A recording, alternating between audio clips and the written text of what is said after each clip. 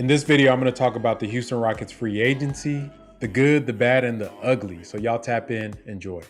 Sound 42. Turn it up. It's the Chop Not Slap Show. It's OG Ron C and DJ Candlestick. Shop Stars OVO Gang. DJ Candlestick.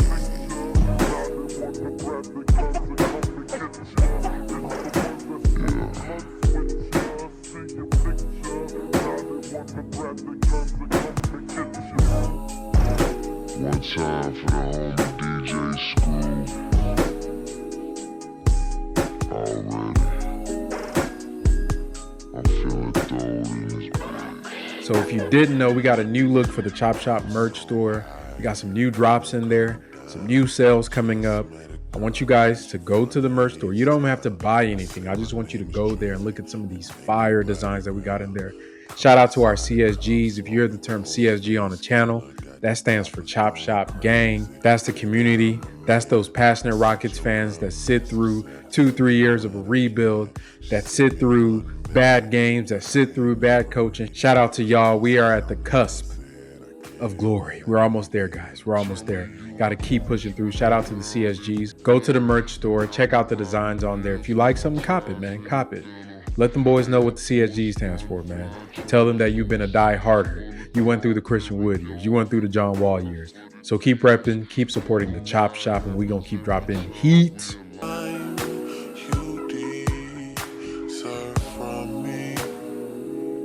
This is something I know. So my question is more, I want you to talk to the young fellas in this league. And, you know, you're getting to that veteran status now. It happens quick, though, doesn't it? But listen, because your story is so great. For you to be, you know, to win a G League championship, then go up and win a championship, and now you're one of the few, you know, non-drafted players to ever make an All-Star game. What is it that still wakes you up and motivates you every single day, knowing what you've already accomplished in your early part of your career? I just want to be great. I never set out, you know, with super like goals in this. I just wanted to be great, and I always want to continue to get better. So there was no checkpoint that I reached that I was like, oh, I'm done. So when I made it to the league, I wanted to do more. When I won a championship, I want to win another one. Now I'm an All-Star. I want to not be a one-time All-Star. So it's like just finding that ambition and not being satisfied with what you got, because we do live a good life and things are good, and you know, we're spoiled and pampered, but it's always more out there, and you know, I just try to stay hungry. So our Rockets have completed the free agency, and you know, it's been a very hectic past 2 days. So I'm recording this right now, Saturday night, July 1st. And so far it's, you know, it's pretty much, we know of 3 players for sure we're getting. And those 3 players are Fred VanVleet, Dylan Brooks, and Jacques Landell from the Phoenix Suns. Obviously the Dylan Brooks one is trying to be expanded into a 3 or 4 team trade that could open up some of the cap space, because if they do it as a sign and trade, it does free up some cap because he's not being traded into the cap. So that may allow them to make additional moves. So maybe by the time this video comes out, we're already talking about additional moves, but I'm going to be judging the free agency based on what I know right now. And based on what I know right now, how do I feel? I don't know. It's a mixed bag. But I don't think it's as bad as people are projecting. I don't think it's great. Some people, you know, I don't know why the fan base has this tendency to either you have to like love something or you have to hate it with a passion to really judge it. I think it's somewhere in the middle. I mean, there's some things that I like. There's some things that I didn't like. There's some things that really are just a result of past actions that have gone wrong. And I think that's the theme of this entire free agency, is that the Rockets are overcorrecting for just bad stuff that happened in the past, right? And we can talk about some of that. But, you know, just looking at the contracts, you know, the first and the biggest piece of our free agency, obviously, as you guys know, is Fred VanVleet getting the the 3-year for $130 million. So this is, at first, I ain't gonna lie, I was worried because I didn't know that whether that 30-year was guaranteed. Was it a player option? Was it a team option? But it came out later in the day that it was a team option on that 30-year, which makes it a totally different ballgame for that contract. You know, we've talked about on this channel, me and Space, about how it would be perfectly fine if the Rockets gave him a 2 for $80 million contract, because essentially you have cap space. You have a bunch of rookie contracts, and you want to be able to use your cap space and occupy it while you're making evaluations on your rookies and these guys that are on these contracts that aren't due to get paid yet. So why not just give that up to somebody that's a value player that's going to be a positive on the court? Despite what you think about Fred VanVleet's efficiency as a Raptor, he was a plus player. When he was on the court, they were winning. When he was off the court, they were losing. So he's a winning player. And, you guys know, if you've watched me on this channel for a while, you know how I feel about that Raptors team. Severely under-talented. I think that Masai Ujiri is on pack watch as a general manager. He's been living off of that Kawhi kind of championship for a minute now, and I haven't seen him put together a good roster since then, honestly. And this really came up when I was talking about the Nick Nurse, with him being a possible coaching target for the Rockets, how I feel about the Raptors. So that's to the side. But regardless, on that team, Fred was a plus player. So what is it that we're bringing in? We're bringing a guy that's a plus player. He's not Chris Paul. He's not like this floor general, but he is a point guard, and he is a damn good point guard at that. I think there are some issues that he did show this past season. Hella inefficient season for him by his own standards. And I think he was doing too much. I'll just keep it simple like that. Like, Fred was playing in a situation where, whether it was because it was a contract year or he was being asked to do so by Coach Nurse, he was playing too much. Dude was playing too much. He was playing bigger than his role would ever be. Some of Fred VanVleet's best seasons was playing alongside another offensive creator, and him being kind of a secondary player. If you want Fred VanVleet to be your offensive engine, you're going to be in trouble. So that's not why he's here, right? We're not bringing him here to be Harden. We're not bringing him here to be a guy that's going to carry us and to be 2017 Russ. Fred VanVleet is here to be a point guard for a team with a lot of talented offensive players, to play good defense, to be a veteran in the locker room, and he fits the mold of what Coach Udoka has said that he wanted to do. You're going to see a lot of these guys that the Rockets brought in are guys that fit a certain standard that Coach Udoka has spoken of, which is guys that are good locker room guys that are high character, guys that are defensive minded, and guys that have played on the big stage.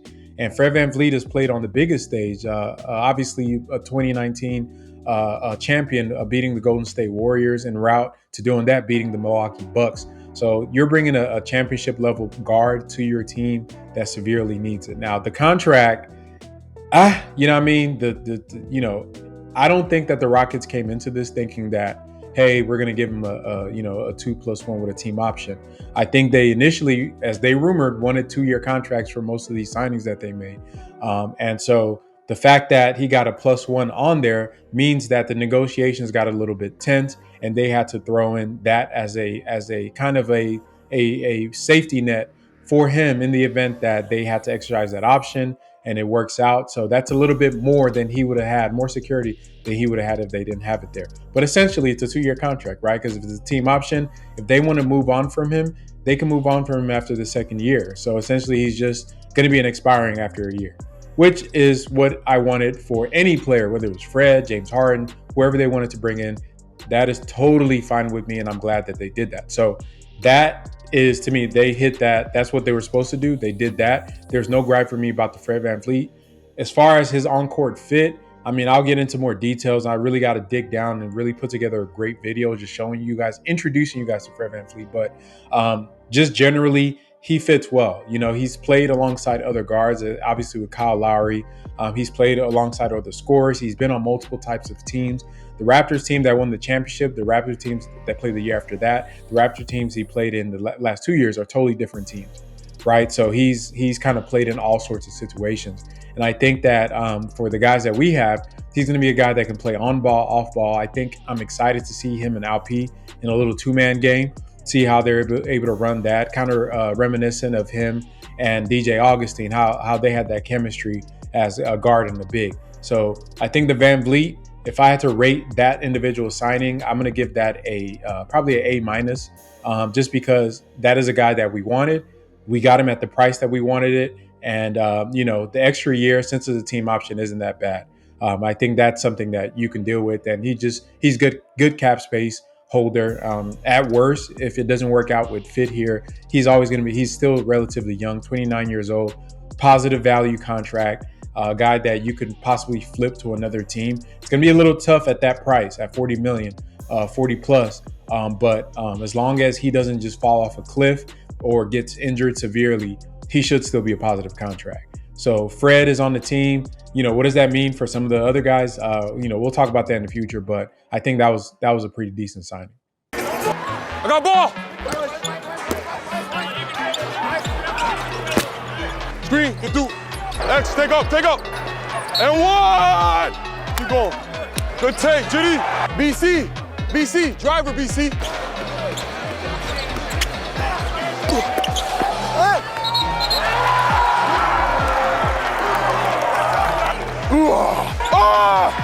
I got my boy in the back pocket. I love that middle, so I'm gonna pass that in there. Hey, that's technique. That's technique. It's a big boy. Good, Melt. Hey, just stay locked into him. Stay locked to him. Get a little physical with him. I got your whole playbook, buddy. What's back screen, Melt? I'm here. Yeah. Nigga, fade away, Des. Hey, my bad. That's on me. The same play. I got ball.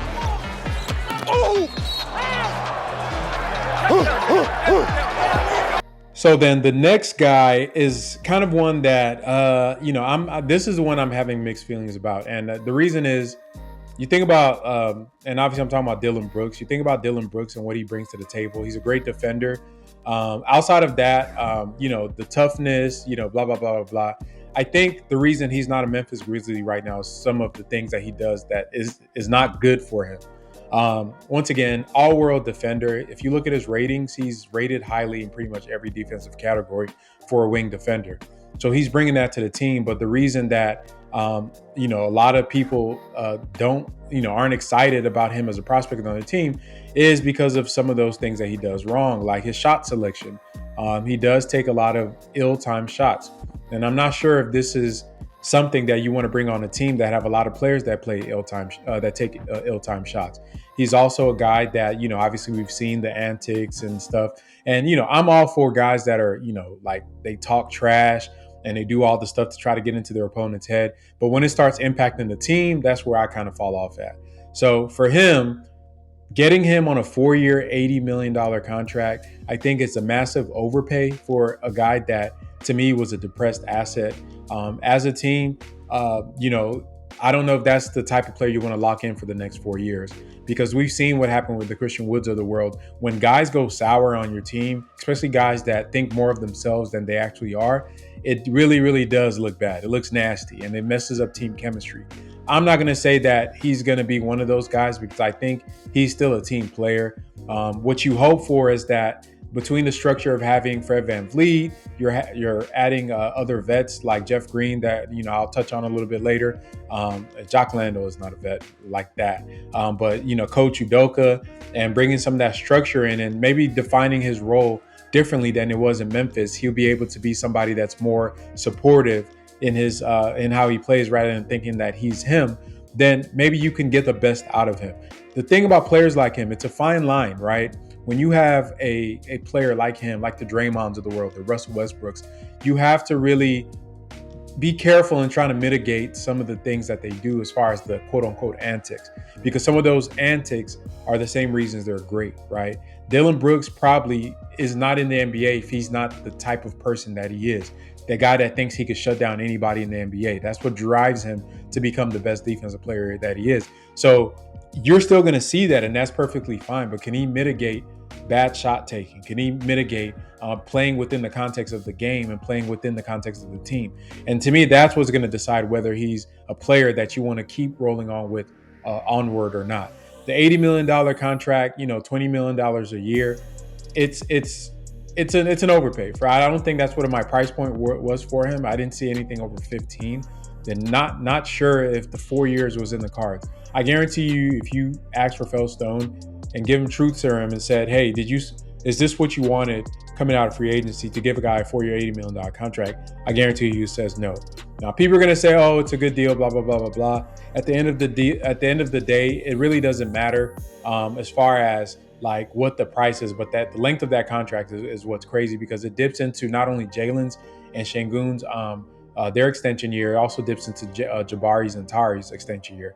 Now, there's a world where maybe we don't get lucky and Jabari and Tari are bust, or Jalen and Sengun, one of them doesn't work out. You don't have to pay, or you only have to pay one person or pay nobody. That sucks for us. But then you will see that you have a Dillon Brooks contract on there that's pretty good value, and maybe one of your guys hits, and you could then pair them together and say we have maybe he's like 31-year-old Dillon Brooks is a wing defender, maybe. But in that world, the Rockets are probably not very good, and we have bigger issues anyways. So for me, the thing with him is that, can he be the best version of himself? Can Coach Udoka get that out of him? Can some of the stuff that he does be mitigated? Because you have to compound the fact that we have other players that play his position. And I'm not the type to say, oh, I'm worried that, oh, Dillon Brooks is here, he's gonna be wanting to start. If he's better than anybody in his position at this point, then yeah, he should start. If he's being beat out by Tari or whoever, Cam Whitmore or somebody else on the roster, and he has to come off the bench, then if there should be no issues with that. And if there is an issue with that, then you get into what I was talking about earlier with those type of contracts. That's why you don't want to be tied up with guys that have some questionable character. We'll see. We don't know. For his signing, I think that 4 years was a bridge too far for me. I'm going to give that a C- overall for his signing as a player. So, but the upside for Dillon Brooks, I think on the short term, what he brings, defensive toughness, tenacity, he's going to change the makeup of the team. This is a guy that's going to change the practices. And he's going to just be a positive addition in the short term. If he can mold into a more mature version of himself, then this may be a home run in the long run if he actually does play within the context of a team and learns to mitigate the stuff he does bad. So like I said, C- for that, just because of the length of that contract. Optionality should be the premium right now, especially as we're going into the uncharted waters of this new CBA. So C- for Dillon Brooks. So Jock Landell is a player that we got pivoting from Brook Lopez. Now, I don't think that the Rockets have this big board in their office, in their executive suite, where they're like their war room for the free agency, and have like this option chart that starts off with Brook Lopez as the top option. Then plan B, it says Jack Landell under there. So I think that he is definitely somebody we pivoted to after the Lopez thing fell apart. We offered, it was rumored that the Rockets actually offered more than the Milwaukee Bucks to Brook Lopez. And who gave him Milwaukee gave him a 2-year, a $48 million contract, which is roughly $24 million per year. The Rockets could have offered him 25, and I'm sure they did. And he turned that down, So, it's something. I'm glad that they didn't do a massive overpay for him. I wonder if they could have added more money on that with some of the moves they make to expand their cap space, but it didn't work out. And that's okay. And the Jack Landell signing, giving him a contract and having it just 1 year guaranteed. I think he's roughly around like 36 million or something like that. That's fine. That's perfectly fine. And it's the reason that I like it is because it's only 1 year guaranteed, because all the years on there are non-guaranteed. They're going to be team options. So he's just a kick the can down the road type of move. And that's exactly what you want to do in this situation that you're in. And that's why I wish that Dillon Brooks was also along the kick the can down the road type of move. They also added Jeff Green, which to me is one of my favorite moves that they've done in a vacuum. I love Uncle Jeff. I think, he's back again. We remember him from the tenure here from the bubble year. Jeff is a great player. We saw what he did in Denver. I was able to be a good big addition for their championship run, play some big games for them throughout the playoffs and gave them big minutes. He's a great 3-point shooter still one of the better athletes in the NBA. And by all accounts, Jeff is a great guy, man. He's a great locker room guy, that the type of glue guy that you want on your team to help a bunch of players. Plus, there's the added benefit. You think about Amen Thompson as a prospect that we just drafted and added to the team. Amen is a guy that really is going to struggle shooting early on in his career. So you're adding a spacer there. So if the Rockets have a second unit that does feature Uncle Jeff there as maybe the small ball 5 or even the 4 position, then that's a guy that can stretch the floor for the Thompson. And you get into other players there that you want to bring in. Where does KBJ play now that we have Fred VanVleet on the court? Is KBJ going to be on the starting unit? Is he going to be coming off the bench? If he is off the bench, you think about that, him and Amen Thompson as a backcourt. That's pretty cool, man. I'm not going to lie. That is a nice backcourt. 2 big guards that could attack the rim, that could score. Obviously, KBJ is an off-ball scorer, shooting threes. He's a valuable player, and I hope that his development continues. And I'm curious to see what he actually does now that he isn't being treated as the best player on the team, because that's going to be an adjustment that he has to make coming up. But I think Landell and Jeff Green, between them together, roughly about $14-15 million in contracts. That's a great little deal that you could use if you see maybe next year. Jeff Green's contract is only 1 year, so you could just pivot away from that. If they see a vet they want to add to the team, they could still make some space by completing the sign and trade with Memphis, and I think they have to involve other teams to expand their cap space an additional maybe up to $18-19 million. So you still have a bit of cap space. I think when it's all said and done, they still have maybe roughly up to $30 million next year if they do it correctly. So it's a half and half. So they were able to keep some flexibility and give up some flexibility going forward. So overall, for me, with the Fred VanVleet team option being a non-team option, the third year being a team option for Fred VanVleet, with the fact that Landell's contract is non-guaranteed, it's only 1 year guaranteed, with Uncle Jeff being there, if they do complete the sign and trade, I will give all three, the signings that they made overall a B- in that. One issue that I do have with what the Rockets have done, and this speaks to something deeper than just a free agency, is the fact that we literally just gave away first-round picks, right? We gave away first-round picks in the form of Ty Washington Jr., Josh Christopher, Usman Garuba, and we gave away a elite role player in KJ Martin. And the reason I say gave away is because literally they gave him away.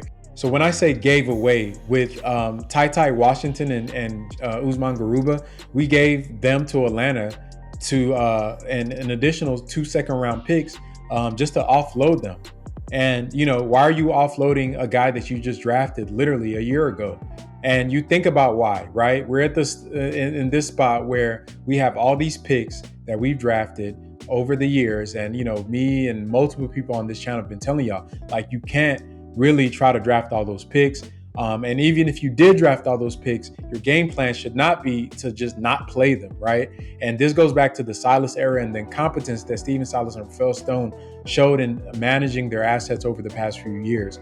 And to me, a lot of the things we're seeing now with the overpayment for a Fred VanVleet on a $40 million contract, with the overpayment for a Dylan Brooks on a 4-year, $80 million contract, is just paying for the mistakes that they've made in the past in branding the team and in the development and instituting structure for the team.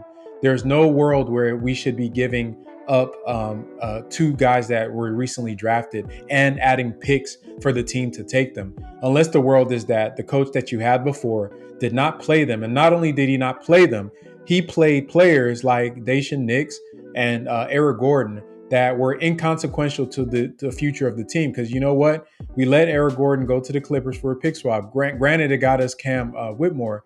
It is what it is there. But Daishen Nix, who was averaging upwards of 30 minutes on some nights, just got waived. So you have a coach playing a player that you ended up waiving in place of a player that you drafted in the first round pick, and not really had time to evaluate whether Ty was actually a viable option as a backup guard. And even if you wanted to pivot from Ty, the fact that you didn't play him and just kept him in the G League where he was playing really, really well, the fact that you didn't play him led to the fact that teams around the NBA don't know his value.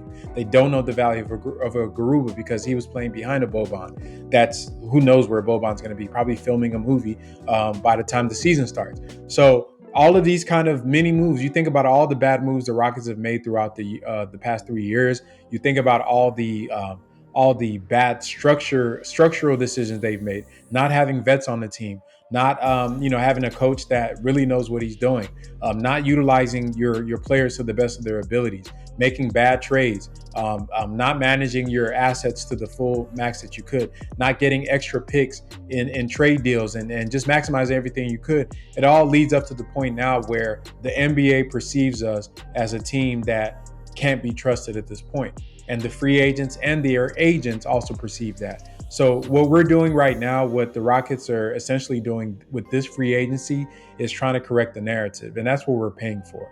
And it's going to cost a little, it's costing us some money. It's going to cost us players, and it's going to cost us picks, and it's going to cost us assets to really pay for the mistakes of this rebuild that we had. Let this be a lesson. You cannot just tank aggressively without considering development. Because the only assets, the most tangible assets the Rockets had on this throughout this rebuild is not the Brooklyn Nets pick, because we don't know what they're going to be. Hell, the Nets might have Dame Lillard by the time this video comes out, right? It's not, your future draft picks. The most tangible assets you have are your players that you have in that building, especially ones that you're going to be drafting in the first round. They should have managed the players better. Do what OKC did. If we're winning too many games and you're trying to tank and your guys are just too good, sit them, right? Find a reason to sit them. But they were just all over the place, never really had a plan for development, and it shows in how these things turned out. And now we have to make these drastic moves in free agency to try to overcorrect. And you know what? It's okay. This is what we have to do to get back on track. At the end of the day, regardless of who we brought in, whether it's Fred VanVleet, whether it's Dylan Brooks, Jock Landell, Uncle Jeff, anybody the Rockets have brought in, they have to rely on these young guys. And that's my biggest takeaway from this free agency. If Jalen Green, Jabari Smith, if Alperen Sengun, Tari, Eason, Amen Thompson, Cam Whitmore, if those guys don't pan out, if all of them fail, then we're going to fail as a franchise. So it is all going to be on the backs of these young guys, and that's exactly how it should be. Because those are the guys that we drafted and invested all the resources in getting into our building. And so what the moves that the Rockets are going to be making over the next few years should keep that in mind. We're at the point we don't have a big star. Fred VanVleet is as good as he is as a teammate and as a functioning guard on a good team, as a competent guard. He is not a guy that's, oh my God, we got Fred VanVleet. He's going to carry us to a fifth seed. So Jalen, Jabari, Tari, Alp, Cam, Amen.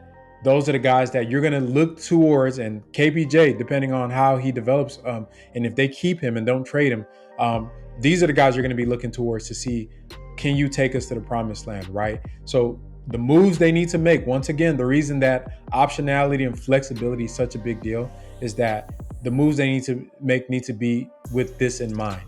What can we do to push these guys to the best of their abilities? What can we do to support them in their development? What can we do to give them a structure that's conducive to winning, growth, and development?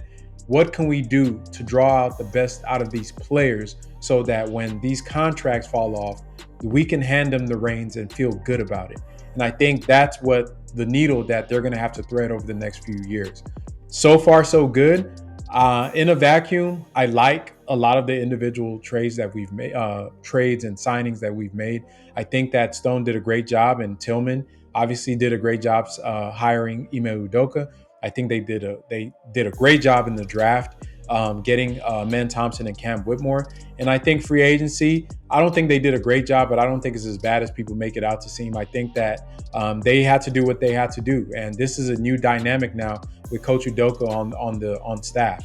It's going to take some time before they can correct everything. It's going to take some time to teach these kids how to win. It's going to take some time for them to learn how to build those habits that really translate into being a consistent player on a night-to-night basis. It might not look pretty at the outset of it, but at the end of the day, it's going to come down to the guys that we already have here. I think we have the structure already to build a contender. And I think the supplemental pieces we added in free agency, despite not being what we all expected, and we all started off with Cam Johnson and all these big names, but reality set in that at the end of the day, You cannot be one of the worst franchises as far as on-court play for 3 years in a row and expect to just be a magnet for free agents. I don't give a damn how nice Houston is. I don't give a damn how good the food is in Houston. You got to get it out the mud, and I think that's exactly what we got to do. So, hey, Rockets, get back to work. Y'all keep chopping wood and just keep, keep developing these guys and helping them grow.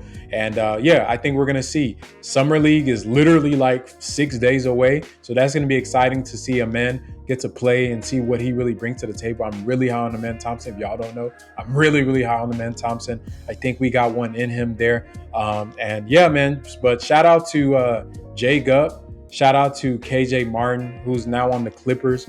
I'm definitely going to miss those guys, Garuba and Ty, man. I think Ty really got the raw deal here because I feel like he never really got a full opportunity to go through his bumps and bruises.